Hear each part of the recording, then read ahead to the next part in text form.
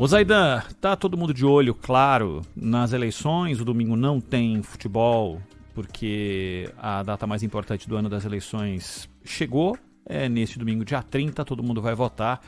E, claro, as repercussões sobre a expectativa das eleições aqui no Brasil atinge órgãos e chefes de Estado, a imprensa e tudo. Mas a ONU fez uma manifestação pedindo que a vontade do eleitor seja respeitada, e isso é um pedido de atenção das autoridades brasileiras.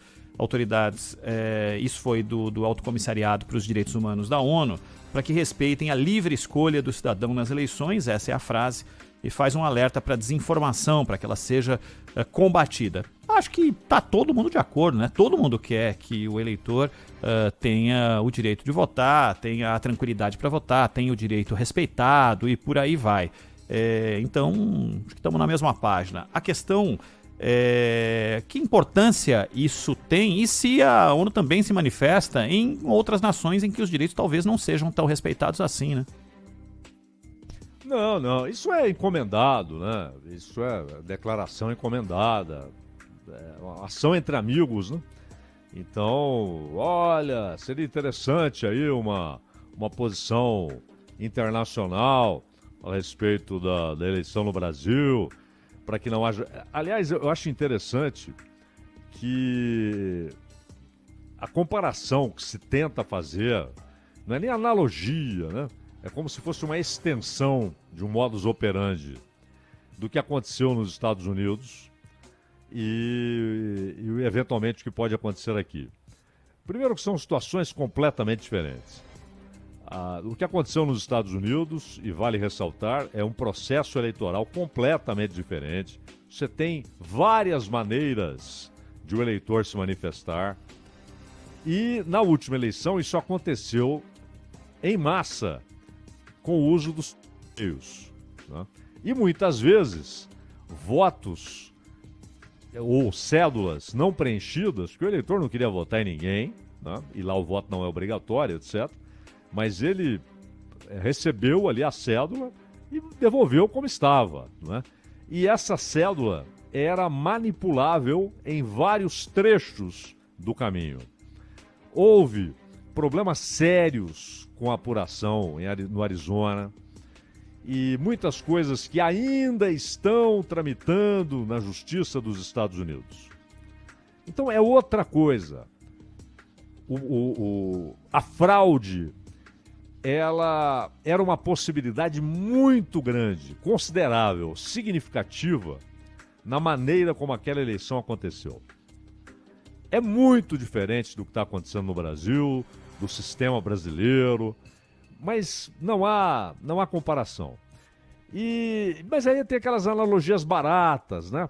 O mundo está infantilizado, então as análises vêm também embrulhadas nesse pacote de infantilização, com raciocínios idiotas, e não conseguiram compreender ainda nem o que aconteceu no dia 6 de janeiro, nem o que aconteceu lá nos Estados Unidos, nem a natureza da comissão do Congresso, que é contestada na Suprema Corte por ter afrontado direitos básicos de cidadãos americanos que não têm cargos públicos, que não têm relação nenhuma nem com Biden, nem com Trump.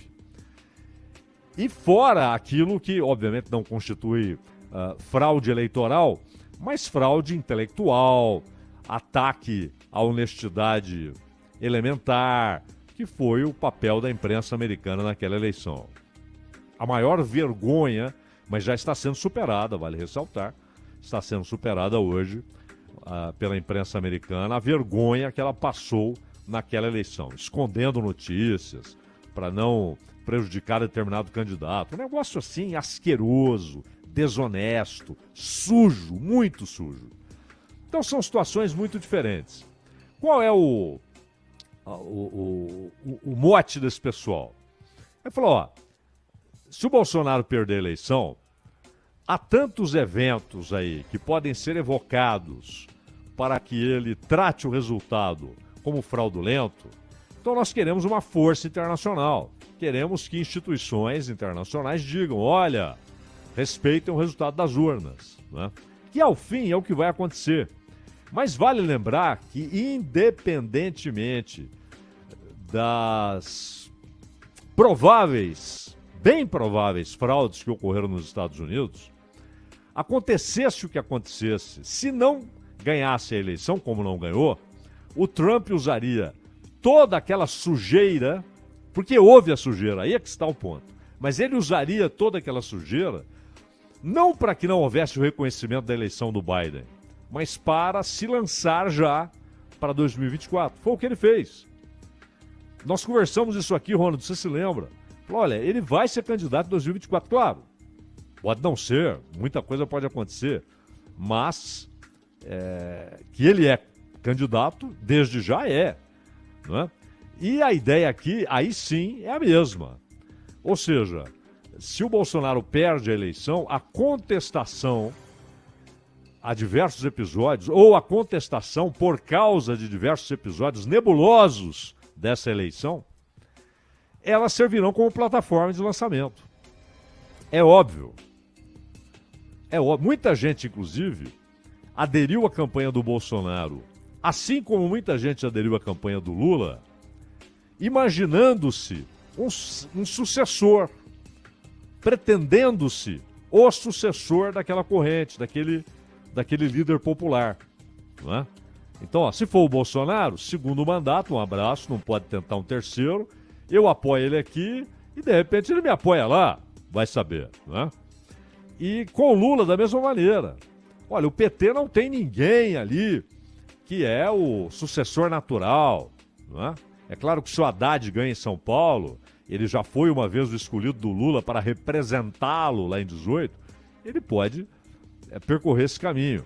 Mas muita gente olha para o PT e não vê um sucessor direto, alguém preparado, né, para ser o substituto do Lula na história. Uma hora não haverá mais Lula. E não vê ninguém. E aí começa a sugerir que pode ser aquela pessoa que está apoiando o Lula agora, pode ser aquela que estará como sucessor natural ou pretenso sucessor natural.